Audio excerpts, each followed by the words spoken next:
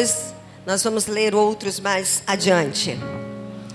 Em 2 Pedro, no capítulo 1, a contar do verso de número 5. Quem não tem um exemplar, pode ler aqui e acompanhar-nos. Um exemplar da Bíblia, pode acompanhar aqui no Data Show.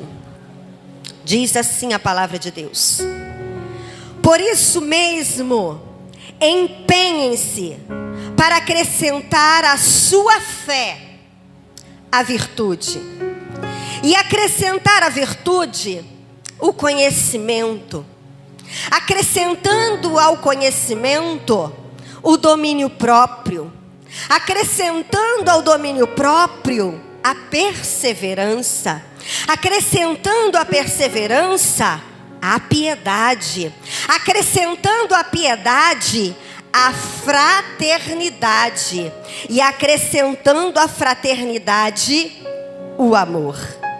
Porque se essas qualidades existirem e estiverem crescendo em sua vida, elas impedirão que vocês, no pleno conhecimento de nosso Senhor Jesus Cristo, sejam inoperantes e improdutivos. Até aqui a princípio. Estamos aí na iminência de um novo ano. E é muito comum nós estabelecermos algumas metas, alguns projetos, alguns planos para o ano que vai iniciar. Pessoas saudáveis, pessoas mentalmente saudáveis e emocionalmente saudáveis fazem isso. A bem verdade é que nós viemos aí de anos em que planos foram abortados, agendas foram canceladas. Ao final de 2019, eu acredito que nós tenhamos feito muitos planos.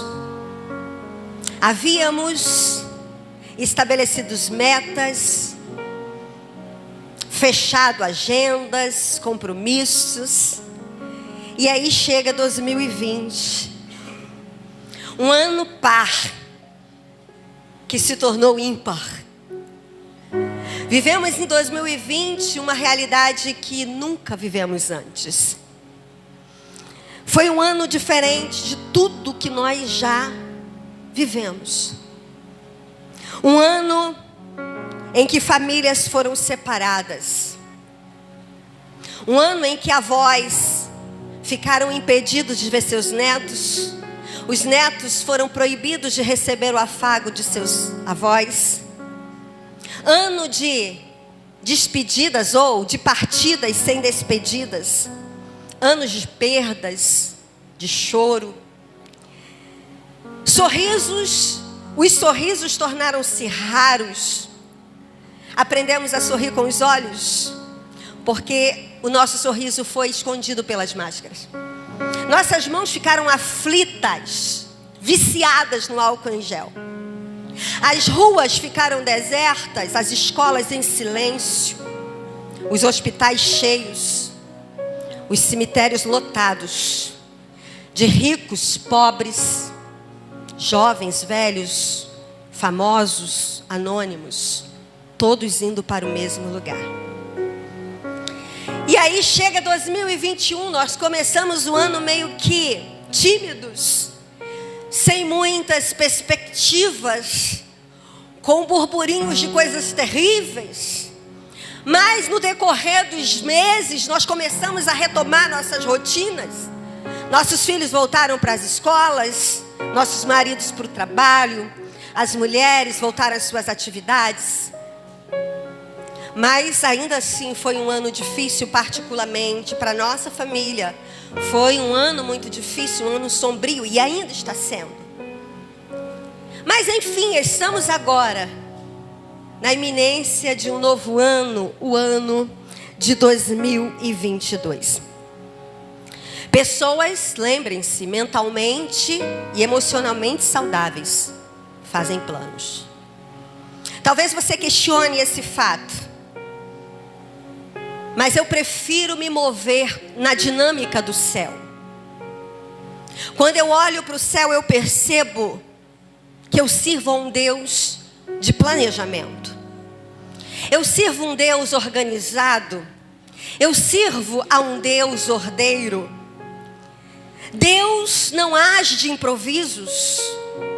Deus não lida com casualidades. Albert Einstein vai dizer que Deus não joga dados. Deus, ele é minucioso. Deus, ele é intencional, ele é detalhista. Tudo que ele faz, ele projeta. E é por isso que eu prefiro continuar projetando meus anos, mesmo sabendo que a resposta final sempre vai vir da boca dele. E essa mensagem de hoje é para te motivar a estabelecer metas, a estabelecer planos. Sobretudo, se comprometa com o teu crescimento espiritual. A salvação, ao mesmo tempo, como disse, que ela é instantânea, ela é um processo, ela requer de nós esforço, empenho, ela requer que nós cresçamos. E a proposta de Pedro nessa epístola, ou nesses textos que lemos, ou versículos, melhor dizendo, que lemos, ele nos propõe esse crescimento para 2022. E falando de Deus como Deus planejado, a gente olha para a criação e a gente vê isso. Deus, ele não fez primeiro o homem, e num ato de desespero ou de improviso, ele separa lá um pedacinho de terra e coloca um homem para viver a própria sorte. Deus primeiro, ele estabeleceu um projeto e ele seguiu uma ordem. Ele seguiu uma ordem cadencial. Primeiro, ele traz luz para o seu projeto, ele ilumina o seu plano, a sua mesa de trabalho. Ele cria os luminares. Depois ele separa a porção de terra, a porção seca das águas. E a partir de então ele começa a preparar aquele ambiente, dia a dia, numa ordem perfeita, até que tudo estivesse preparado para que o homem pudesse habitar ali.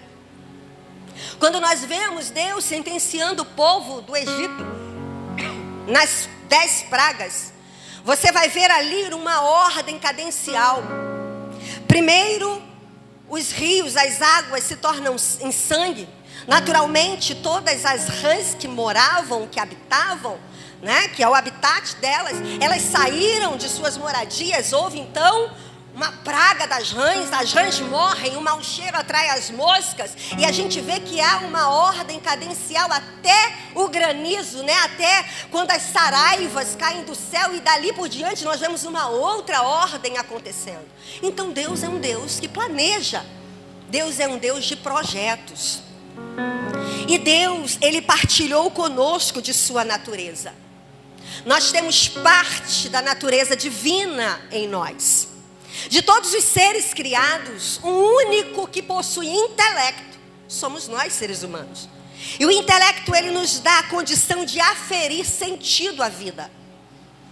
A vida bios, que é essa vida que a gente nasce, cresce, reproduz e morre. Mas também nós temos uma outra vida, que é a vida plena, que é a vida além da medida, que é a vida além da conta, que é a vida abundante. E Deus nos deu condição de planejar não somente a vida bios, mas também a nossa vida zoe, a nossa vida abundante. E a vida abundante, ela traz para nós crescimento. O crescimento fisiológico, biológico, o fator determinante para que ele aconteça é o tempo. Tudo nasce pequenininho, na verdade, nós éramos uma sementinha e que desenvolvemos ao longo de uma gestação. Depois saímos do ventre de nossas mães e continuamos no processo de crescimento. O tempo se encarregou de nos fazer crescer. Todos nós crescemos, a grande maioria, né, que está aqui já chegou ao auge do seu crescimento. Alguns queriam até crescer um pouco mais, não é? Não chegaram à estatura máxima no seu ponto de vista. Mas o fato é que todos crescemos e chegamos ao auge do crescimento. Você não precisou se esforçar para que isso acontecesse. Foi um processo natural? Foi um processo espontâneo? Foi um processo que o tempo contribuiu. Mas a palavra crescimento, ela também tem um sentido simbólico. Ela também tem um sentido figurado. Crescimento no sentido simbólico, que significa, ou que tem a ver com o nosso crescimento pessoal, ou com o nosso crescimento espiritual, significa evolucionar, progredir, desenvolver. Crescimento no sentido simbólico significa acréscimo de importância, significa aumento de valor. E Deus quer que nós cresçamos. Deus quer que nós acresçamos em nós importância. Deus quer que nós aumentamos o nosso valor. Só que ao contrário do crescimento biológico, o crescimento pessoal, o crescimento espiritual, ele precisa ser desejado. Ele vai requerer de mim e de você empenho, esforço. E o que significa isso? Significa que você vai ter que impor força. O tempo não contribui para o crescimento espiritual. O tempo não favorece o seu crescimento pessoal. É o seu trabalho, é o seu esforço, é o seu empenho que determina o quanto você vai crescer. É muito triste nós encontrarmos com pessoas que nós não vemos há algum tempo e a gente perceber que aquelas pessoas estagnaram no tempo.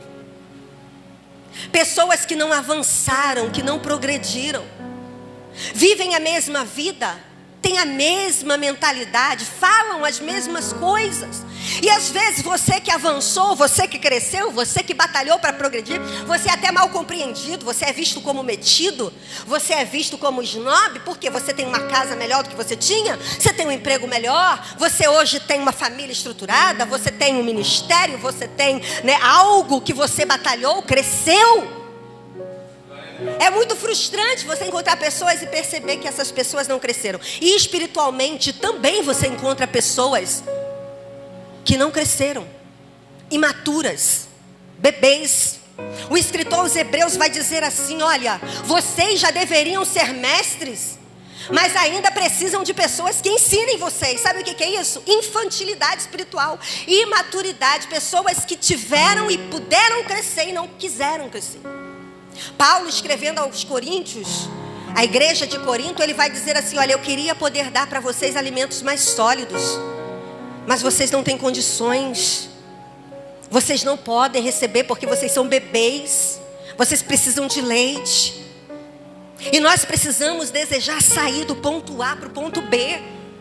E nada melhor do que fazermos isso agora, nesse tempo, nesse findar de ano, fazermos um compromisso pessoal. Senhor, eu quero crescer, eu quero te conhecer um pouco mais, eu quero avançar contigo um pouco mais.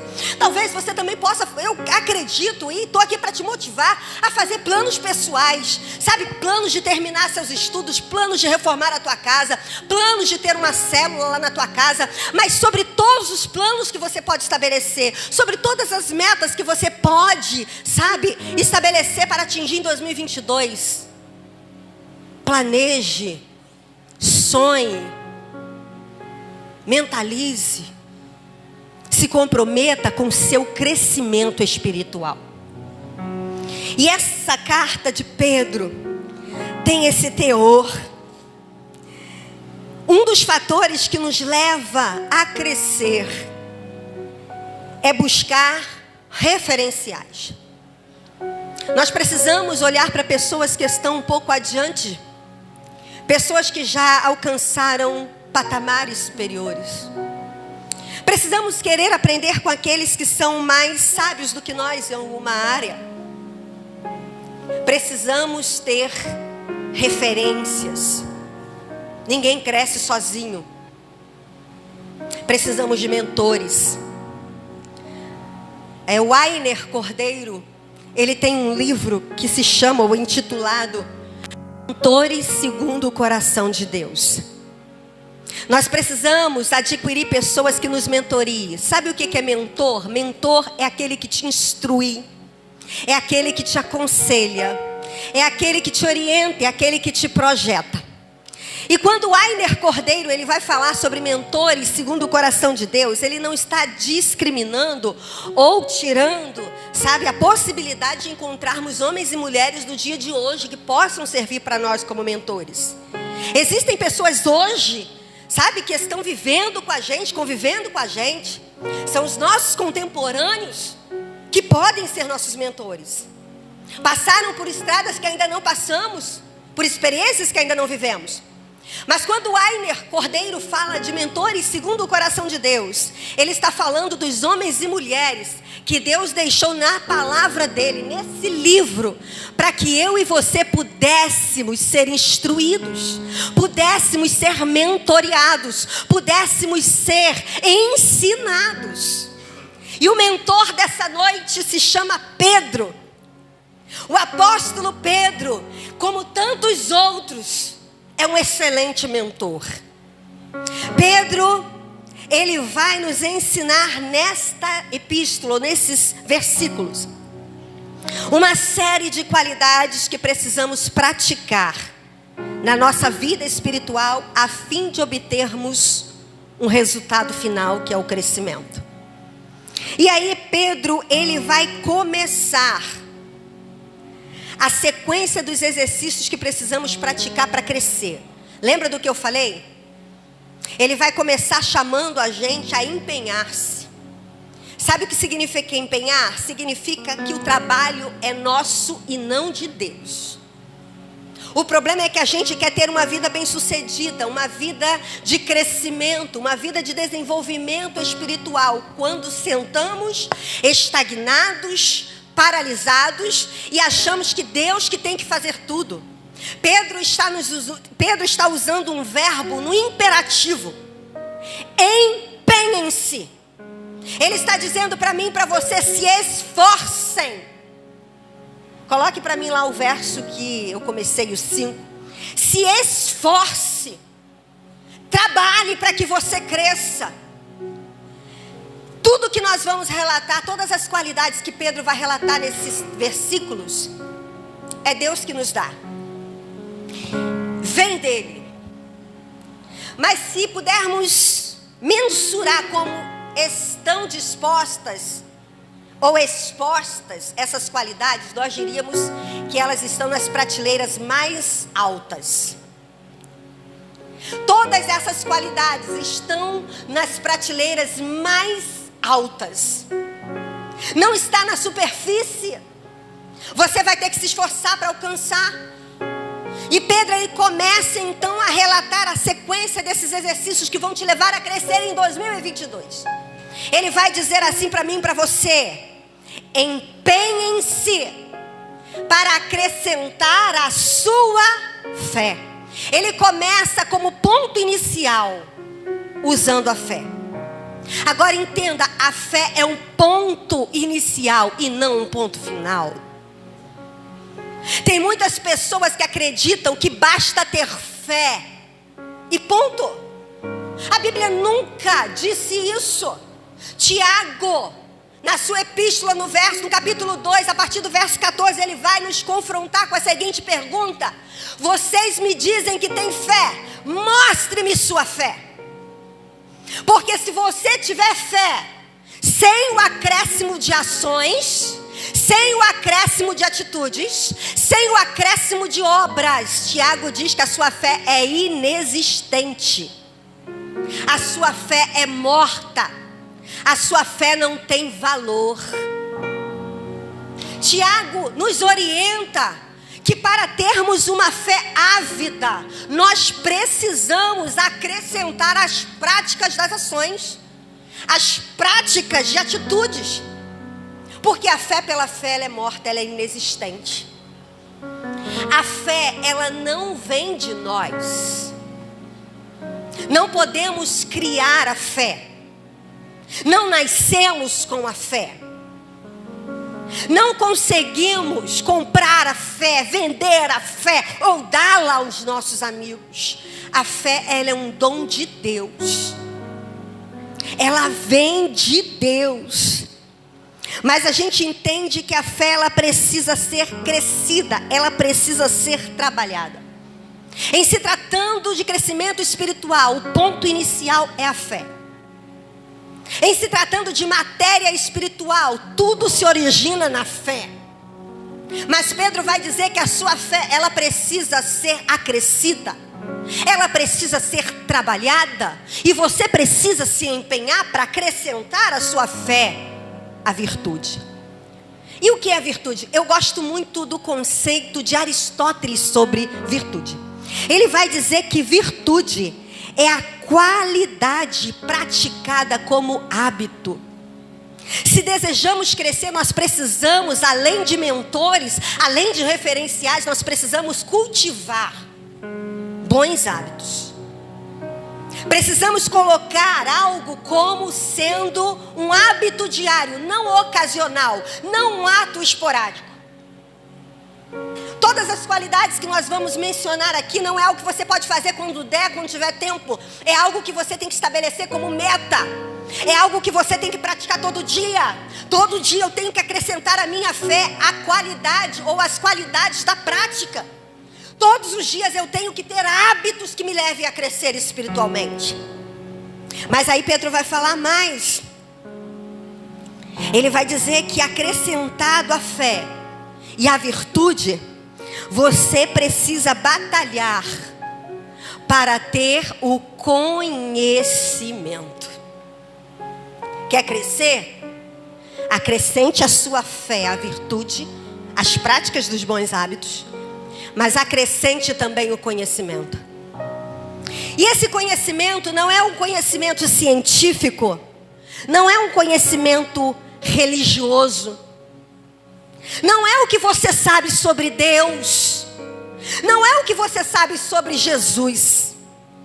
Muitas pessoas conhecem Deus através da teologia, através da religião. Conhecer Deus através da religião e da teologia não significa que você cresça ou que você vai crescer.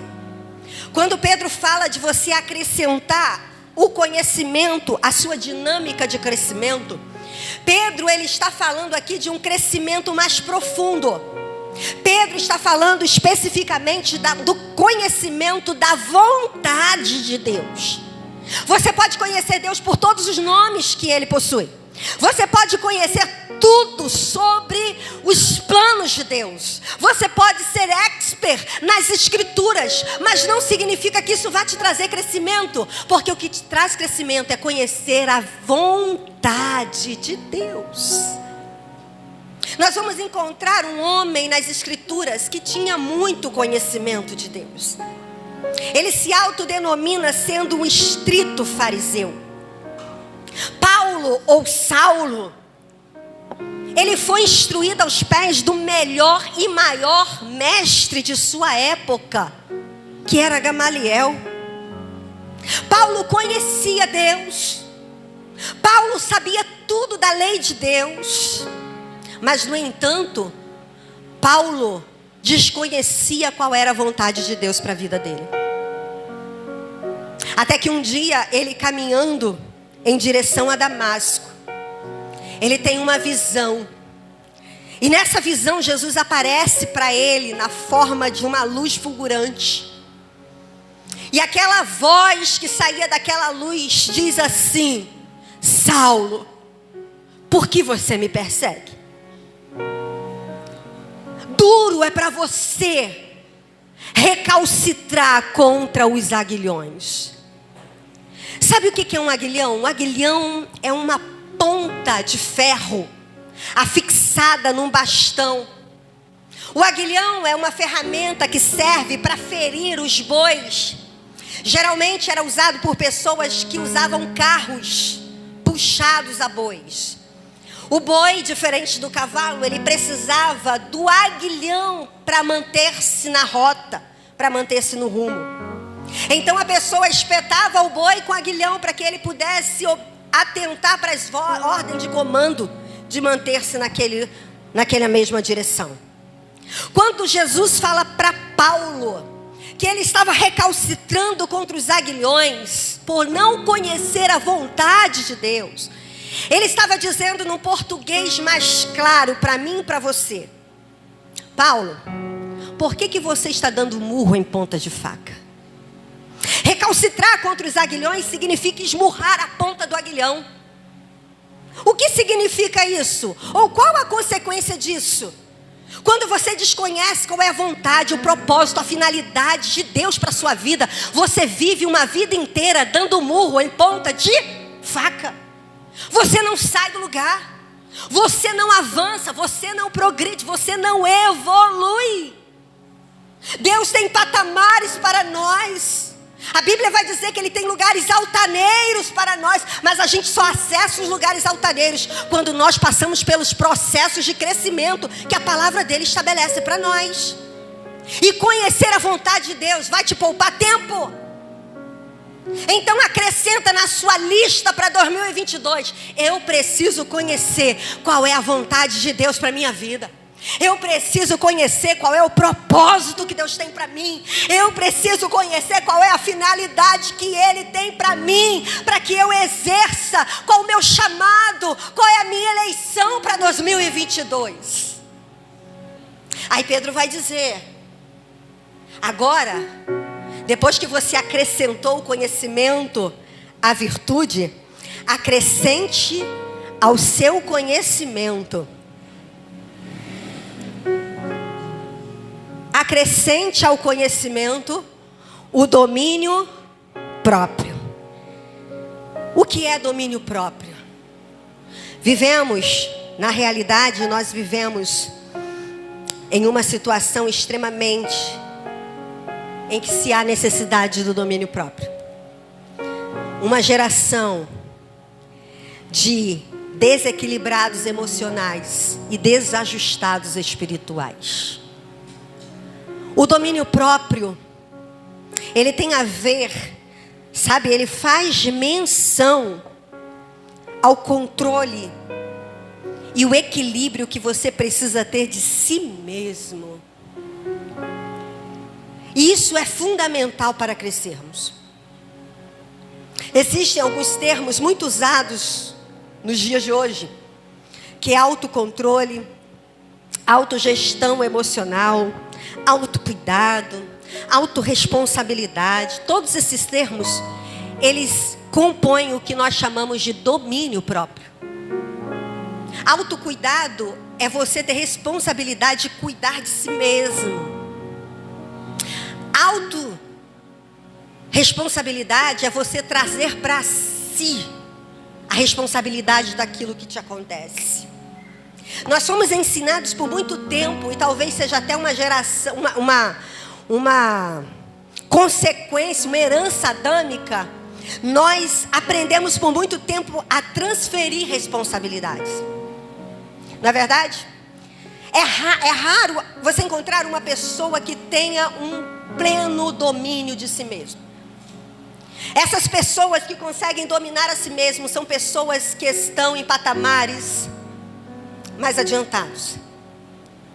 Dominar a si mesmo é você avaliar uma situação e dizer assim: qual foi minha responsabilidade nisso? Porque nós somos ensinados a transferir responsabilidades. O casamento está indo em crise, está indo de mal a pior, está indo a pique. O que nós fazemos? A culpa é dele, a culpa é dela. Existe um conflito e nós automaticamente nos vitimamos, ao invés de tomarmos as rédeas da situação e dizer assim: peraí, o que eu posso fazer para melhorar? Eu tenho aprendido com Davi no Salmo 139, só um homem de muito controle de si mesmo pode fazer uma oração como essa: sonda-me, Senhor, esquadrinha-me, examina-me. Ele não estava falando para Deus sentenciar, sondar, examinar o outro. Ele estava dizendo sobre si. Isso é uma qualidade de quem possui domínio próprio. É dizer assim: Deus, olha para mim, me coloque na mesma balança. Eu aprendi a fazer essa oração numa situação de conflito. Pode ser que às vezes eu até me sinta afligida. Pode ser até que eu me sinta inocente na situação. Mas às vezes você fez algo que você não lembra. Inconscientemente você pode ter contribuído para aquilo. Então qual é a oração de quem possui um domínio próprio? Senhor, me coloca na mesma balança. Lucas discutiu com Mauro a oração de uma pessoa equilibrada e cheia de domínio próprio. Senhor, me coloca na mesma balança que o Lucas. Senhor, me coloca na mesma balança que o Mauro. Porque a balança de Deus, ela não pende por favoritismo. Ela não pende, ela não é injusta, ela é justa. E naquilo que você tiver falhado, Deus vai te mostrar para que você acerte. Dominar a si mesmo é controlar seus ímpetos. É assumir a responsabilidade da sua vida. É não deixar que os sentimentos que te invadam sejam delegados para outros. Eu estou triste porque a Deise não falou comigo. Você está triste porque você quer ficar triste. Você não pode controlar as ações dos outros, mas você pode e deve controlar as suas reações. Isso é domínio próprio. Eu não posso deixar que a Deise determine o que eu sinto. Ela pode ter feito algo que aparentemente me entristeça, mas deixar que a tristeza se transforme em uma mágoa e um ressentimento, cabe a mim não fazê-lo. É nós que precisamos aprender a gerenciar a nós mesmos. E Pedro está dizendo: se você quer crescer, domina-te. Domina-te. Para de transferir responsabilidade. Para de delegar para o outro a responsabilidade das suas dores, dos seus queixumes. Para de se vitimar. Cresça. Seja dono de si. Se responsabilize. Seja uma mulher com M maiúsculo. Seja um homem com H maiúsculo. Amém? Glória a Deus. Tem nome aí? Glória a Deus. E aí Pedro continua nos ensinando a crescer. Ele diz assim: acrescente ao domínio próprio a perseverança. Gente, como precisamos de perseverança. Perseverança é o mesmo que constância, é o mesmo que persistência, é o mesmo que insistência. Vivemos numa geração fluida, numa geração líquida, numa geração sem consistência. Você já viu? Começa a fazer algo, vamos supor, uma reforma. Deu trabalho, fez muita bagunça, desiste da reforma. Começa um relacionamento, principalmente os jovens de hoje, geração fluida. Deu algum problema, houve alguma situação de confronto, de conflito, vamos desistir. Vamos separar, vamos pedir o divórcio. Começa bem o empreendimento, no primeiro cheque que bate, que não tem fundo, o que acontece? Vamos desistir. Vamos abrir mão dessa empresa, vamos fechar a empresa. Começa bem como líder de célula. Na primeira resistência, no primeiro embate, quando alguém se levanta para falar mal dele, isso não serve para mim não. Estou devolvendo. Abre a porta da casa, se quebra um copo, acabou. Não sou mais anfitriã. Veio esse povo para cá para me dar prejuízo? Estou fora, desiste. Geração fluida, geração líquida.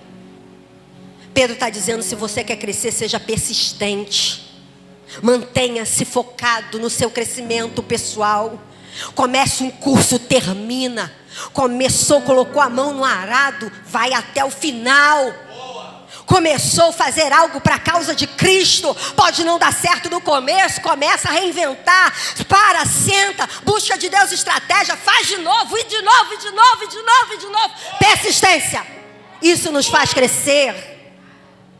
Aí Pedro vai dizer: além de manter-se persistente, vocês precisam acrescentar também a fé de vocês, a piedade. Pedro, quando vai falar de piedade, de bondade, de persistência, Pedro não estava vivendo um momento bom. Pedro estava preso em Roma, quando escreve essas linhas. Pedro estava sentenciado à morte por Nero, sabia que ia morrer. Aí Pedro escreve para a igreja da Ásia, para advertir não apenas aqueles crentes, mas também as gerações vindouras, acerca da importância de permanecer, de persistir, de insistir. Tem muita gente que em 2021 desistiu, parou de buscar o Senhor. Tem muita gente que em 2022 vai parar pelo caminho. Pedro está dizendo, olha, mesmo diante das perseguições, mesmo diante da apostasia, porque naquele tempo a igreja estava se apostatando. Os gnósticos estavam invadindo o cristianismo.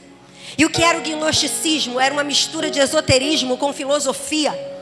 E eles acreditavam que o corpo não tinha mais jeito, o corpo estava determinado à condenação. Então tudo que era permissivo, destrutivo, promíscuo, podia se fazer com o corpo. A libertinagem, a prostituição estava dentro dos cultos cristãos.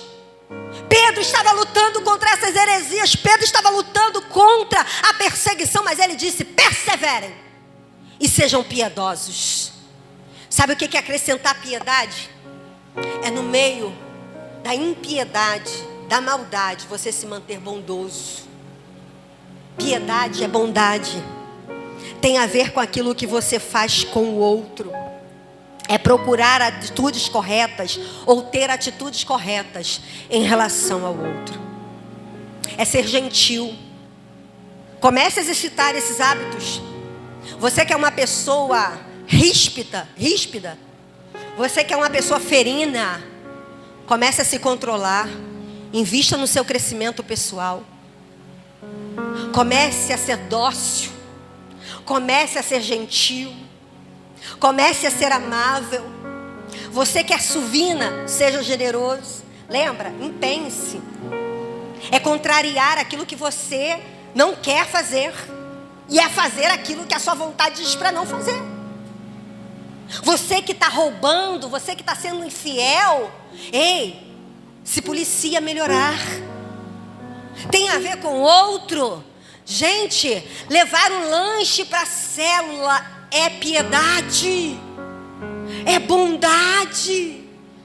Tem pessoas que acham muito difícil abençoar o irmão com lanche. Se comprometa com o teu crescimento. A Bíblia vai dizer para mim e para você que é melhor dar. Não é verdade? Há melhor prazer em dar ou alegria em dar do que receber. Pessoas que crescem, entendem isso? Pessoas pequenas, imaturas, querem só para si. Aí depois da piedade, ele vai dizer, acrescente a fraternidade. Fraternidade é o resultado da bondade. Fraternidade é o cuidado, é o zelo, é o amor que se desenvolve entre os irmãos. Eu já disse aqui outras vezes que lá em casa nós somos muito gentis uns com os outros. Eu vivo essa realidade na minha casa. Nós somos cordiais. Meus filhos falam diariamente que nos amam. Nós dizemos para eles que nós o amamos. Lá em casa tem toque, tem abraço, tem beijo. E os meus filhos, eles são muito calorosos, tanto um quanto o outro. E eles, esporadicamente, eles dizem, mãe, pai, eu te amo. E isso me enche de alegria. Mas o que me enche de prazer e satisfação é quando o Isaac diz para o João, João, eu te amo. Você é o melhor irmão do mundo. Como se ele tivesse outro, né? E quando eu ouço o João também retribuir, em palavras e em ações. Eu nunca vi uma pessoa que fica tão irada quando vê um irmão sendo injustiçado quanto o João. Não falem mal do Isaac perto do João. Não maltratem o Isaac perto do João, que vocês vão ganhar um inimigo. Ele defende o irmão dele. E ele defende, às vezes, até brigando com o Isaac. Isso me enche de alegria. Agora pense o Pai Celestial quando nos vê amando uns aos outros, defendendo uns aos outros, protegendo uns aos outros, cuidando uns dos outros, como o coração dele se enche de alegria. E Pedro está dizendo isso: cresça na fraternidade. A fraternidade está na prateleira alta, não está nas prateleiras baixas. Você não vai conseguir viver uma vida de fraternidade, de cuidado mútuo, se você não se empenhar, se você não se esforçar. O grande problema é que a gente quer que venha a nós o vosso reino, né? Mas a gente ir até o outro, nada. Não, para vivermos a fraternidade, você tem que se esforçar para alcançá-la na prateleira de cima. E aí ele vai dizer como soma final: acrescente à fraternidade o amor. O amor, ele só acontece após percorrermos esse caminho. O caminho da fé, da virtude, do conhecimento, do domínio próprio, da perseverança, da piedade. Quando avançamos nesses passos, a gente está pronto para o amor. O crescimento é um objetivo que está lá embaixo.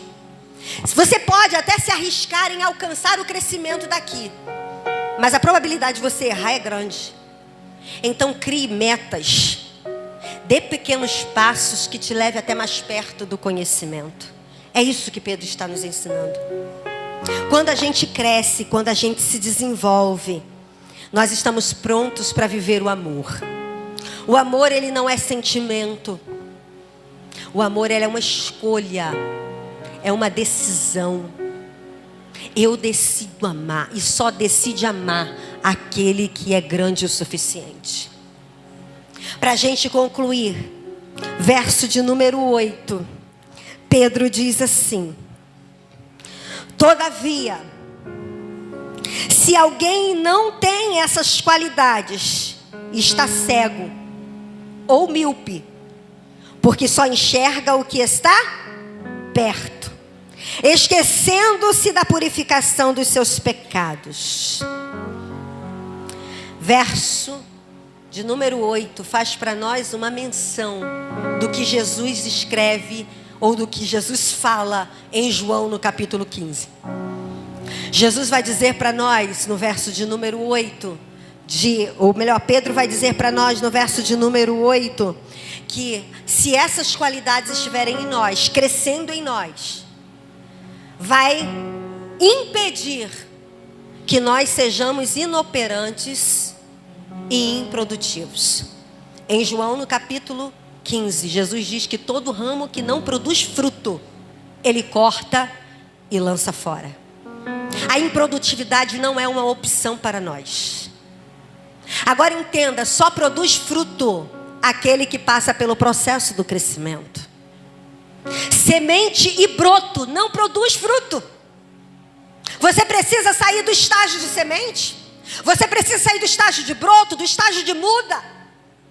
Você precisa se desenvolver para que produza frutos. Porque a não produção de fruto te levará à cegueira, te levará à miopia. Verso de número 9, Pedro diz assim: portanto, irmãos, empenhem-se ainda mais para consolidar o chamado e a eleição de vocês, pois se agirem dessa forma, jamais tropeçarão. 11. E assim vocês estarão ricamente providos em 2022, quando entrarem no reino eterno do nosso Senhor e Salvador Jesus Cristo. A minha oração é para que nós façamos um voto de compromisso em crescermos em 2022. Precisamos avançar no processo. Precisamos atravessar as dificuldades. A vida abundante de Deus em nós traz crescimento. Mas lutar contra as improbabilidades é necessário. Jeremias no capítulo 17 vai dizer que a árvore que está fundamentada em Cristo, ela pode até passar por momentos desérticos, anos de sequidão, mas ainda assim ela produz fruto. Eu não sei o que nos espera em 2022, mas eu espero poder vencer. Eu espero poder romper. Eu espero poder frutificar mesmo que minhas raízes estiverem em terras desérticas. Mesmo que minhas raízes estiverem em terrenos pantanosos e pedregosos. Eu preciso me empenhar, me esforçar para me manter crescendo. O crescimento não tem a ver com ventos favoráveis. É mesmo diante das perdas, das dores, das dificuldades, você determinar: eu quero crescer. Eu quero conhecer Deus. Eu quero viver as profundezas das revelações de Deus. Eu quero sair da superfície. Eu quero avançar para mares mais altos. Eu quero fazer pescarias miraculosas, maravilhosas. Eu quero viver o inimaginável. Eu quero experimentar aquilo que está oculto. Mas isso só vai acontecer se você se comprometer em avançar, em progredir, em evoluir no mundo espiritual. E eu queria cantar com vocês uma canção, convido o Ministério de Louvor. Uma canção até bem antiga,